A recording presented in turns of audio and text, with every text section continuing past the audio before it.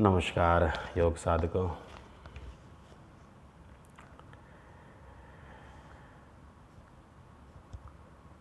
पिछली वीडियो में हमने महर्षि पतंजलि द्वारा बताए गए 5 यमों को समझा था, उसको मैंने बतलाया था आपको। मुझे आशा है कि आपको वो 5 यम समझ में आए होंगे। फिर भी किसी तरह का कोई क्वेश्चन होता है, कोई भी मन में संशय है, शंका है, तो आप मुझे कमेंट में लिखकर बता सकते हैं, पूछ सकते हैं। मैं आपको जल्द ही उसका जवाब देने की कोशिश करूँगा। अभी हम उन यमों की चर्चा करेंगे जो महर्षि पतंजलि के अलावा भी हठ योग में बतलाए जाते हैं। हठ योग भी उसकी पुस्तक हठ रत्नावली, जिसके लेखक स्वामी स्वात्माराम जी हैं, उन्होंने कहा है कि और भी कुछ यम हैं जिनको हमें पालन करना है एक अच्छे जीवन के लिए, एक अच्छी साधना के लिए। तो उस पर अगर हम चलेंगे तो हमारे जीवन में और भी ज़्यादा उत्कृष्ट होगा। तो वो 5 यम के अलावा और बाकी के जो नियम हैं वो इस प्रकार हैं।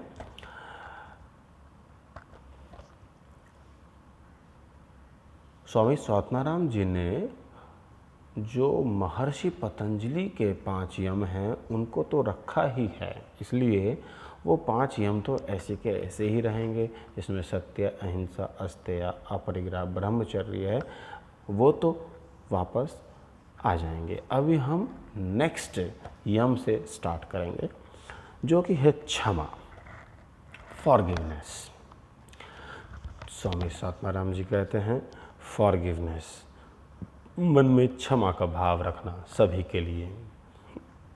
किसी ने कुछ गलत किया, अगर हम उसको लेके सोचते रहेंगे, उसको लेके चलते रहेंगे, तो हमारे मन में ही हमेशा एक तरह का भारीपन रहेगा। हमेशा हम खुद को एक चीज़ में बांध के रखेंगे। तो हमें छोड़ देना है, क्षमा कर देना है। कोई जाने से या अनजाने से गलती करे तो उसको भूल जाना है, क्षमा कर देना है। तो इस तरह का जब हम अपने अंदर व्यवहार लेकर आते हैं तो हमारा जो मन है हमेशा हल्का रहेगा, खाली रहेगा। हमें रात को अच्छे से नींद आ पाएगी, हमारे मन में किसी के लिए द्वेष नहीं होगा। तो ये भी एक अच्छा यम है, क्षमा कर देना। उसके बाद आते हैं स्वामी स्वात्माराम जी ने कहा है धृति। धृति मतलब धैर्य। धैर्य अर्थात सहनशीलता। धृति जो शब्द बना है वो धरती से बना है, या कहें धृति से धरती बना है। तो धरती से बड़ा किसी का सहनशीलता नहीं हो सकती। जो पृथ्वी है, धरती माँ है, वो पूरी दुनिया को अपने ऊपर उठाए हुए है। कितनी सहनशीलता है।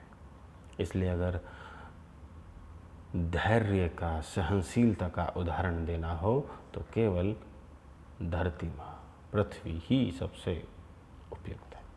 तो वहाँ से बना है धृति। तो हमारे अंदर भी धैर्य होना चाहिए, जो कि एक योग साधक को साधना में बहुत ज़रूरी है। अगर हमारे अंदर धैर्य नहीं होगा तो हम किसी भी चीज़ को प्राप्त करने की बहुत ही जल्दी करेंगे, चाहे वो आसन में उपलब्धि हो या प्राणायाम में उपलब्धि हो या ध्यान धारणा में उपलब्धि हो। लेकिन अगर हम धैर्य रखेंगे और अपनी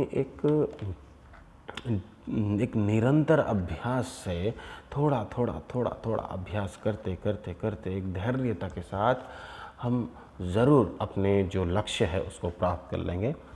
और ये केवल एक योग साधकों तक ही सीमित नहीं है। कोई भी व्यक्ति है, कोई भी व्यक्ति अगर एक विद्यार्थी है,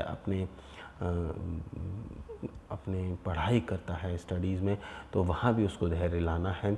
कोई व्यक्ति है जो एक काम में है, गृहस्थ जीवन में है, अपनी जिम्मेदारी को निभा रहा है, बाहर आजीविका चलाने के लिए काम करता है, उसके मन में भी धैर्य होगा तो उसके काम में तरक्की मिलेगी, वो किसी गलत राह पे नहीं चलेगा, चाहे कितनी भी जीवन में बाधाएं आए। तो धैर्य बहुत ज़रूरी है। ये सभी जो यम हैं ये केवल योग तक सीमित नहीं है, ये सभी के लिए हैं, हर किसी के लिए हैं, चाहे किसी भी आयु में क्यों ना हो, एक बच्चा भी हो, एक गृहस्थ जीवन भी हो, एक वृद्धावस्था में ही क्यों ना हो, सभी को इन यमों का पालन करना है। ऐसा ना समझें कि योग वाले ही पालन करेंगे। योग तभी होगा हर इंसान के, हर व्यक्ति के जीवन में जब हम इनको पालन करेंगे। क्योंकि योग कोई ऐसा नहीं है कि मैं योग के फील्ड से नहीं हूँ, तुम योग के फील्ड से हो, ऐसा नहीं है। हर व्यक्ति योग में है, बस हमें इन चीज़ों को थोड़ा थोड़ा पालन करना है, तो हमारा जीवन अच्छा होगा और हम अपने आप ही योग में हो जाएंगे। तो मैंने बताया क्षमा और धृति, दया, अगला यम दया, काइंडनेस नेचर, सभी जीवों पर दया करें। दया भाव से मन साफ होता है। कंपैशन, हमारा मन अच्छा होगा, निर्मल होगा अगर हमारे मन में सभी के लिए दया करुणा होगी। तो दया बहुत अच्छा यम है। इससे आगे चलते हैं अजर्वा।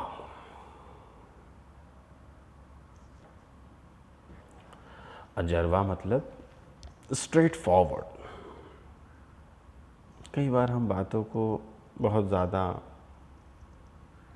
घुमा फिरा कर बोल देते हैं या सोचते हैं कि कितना अच्छा लगे कितना बुरा लगे, लेकिन अगर कोई इंसान स्ट्रेट फॉरवर्ड होता है, जो उसके मन में है बोल देता है, तो ये चीज़ हमेशा अच्छी ही होती है। क्योंकि हम जैसे हैं मन में वैसे हमने बोल दिया, हम साफ साफ हैं, हमारे मन में कुछ भी नहीं है, सिंपल है, एकदम सिंपल है, तो मन में किसी तरह का भार नहीं होता है, हम हल्के रहते हैं, हमेशा लाइट फील होता है मानसिक रूप से। इसके बाद जो यम की चर्चा की गई है, मिताहार की चर्चा की गई है कि हमें मिताहार मतलब एक जो खाने का तरीका है, एक भोजन करने का तरीका है, वो मिताहार हो, एक फुल अपना पेट भर के ना खाएं, इतना रखें कि उसमें जैसे कहा गया है कि चतुर्थांश हिस्सा खाली रखें, चौथा हिस्सा खाली रखें पेट का, और वैसा खाना जो स्निग्धम हो, मधुरम हो, शिव प्रियम हो, जैसा हठ योग में बताया गया है। भोजन कैसा हो, भोजन सात्विक हो, शिव का प्रिय, मतलब जो भगवान को हम अर्पित कर सकें ऐसा खाना हो, और चतुर्थांश खाली हम रखें अपने पेट का, इस तरह से भोजन करें। इसके अलावा एक और यम की चर्चा की है यहाँ पर, जो कि शौच है। शौच मतलब क्लैनलीनेस। शौच खुद के लिए भी हो, बाहर के लिए भी हो, तो इसलिए शौच को यम में भी रखा गया है स्वामी स्वात्माराम ने, और नियम में भी रखा गया है। इसलिए आगे हम जब नियम की चर्चा करेंगे तो भी शौच का दोबारा चर्चा होगी।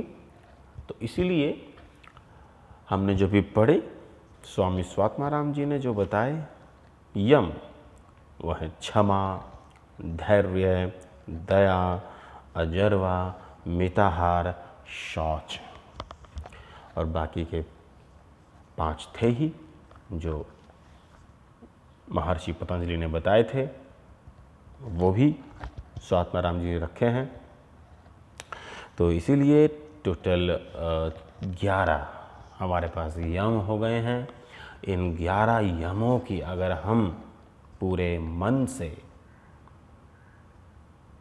इसको कोशिश करते हैं इस पे चलने की, तो हमारा जीवन बहुत उत्कृष्ट लेवल पर जाएगा। हम हर आयु में, हर लेवल पर एक लाइफ का अपना तरक्की करेंगे, बहुत अच्छा होगा। आज के लिए बस इतना ही। धन्यवाद।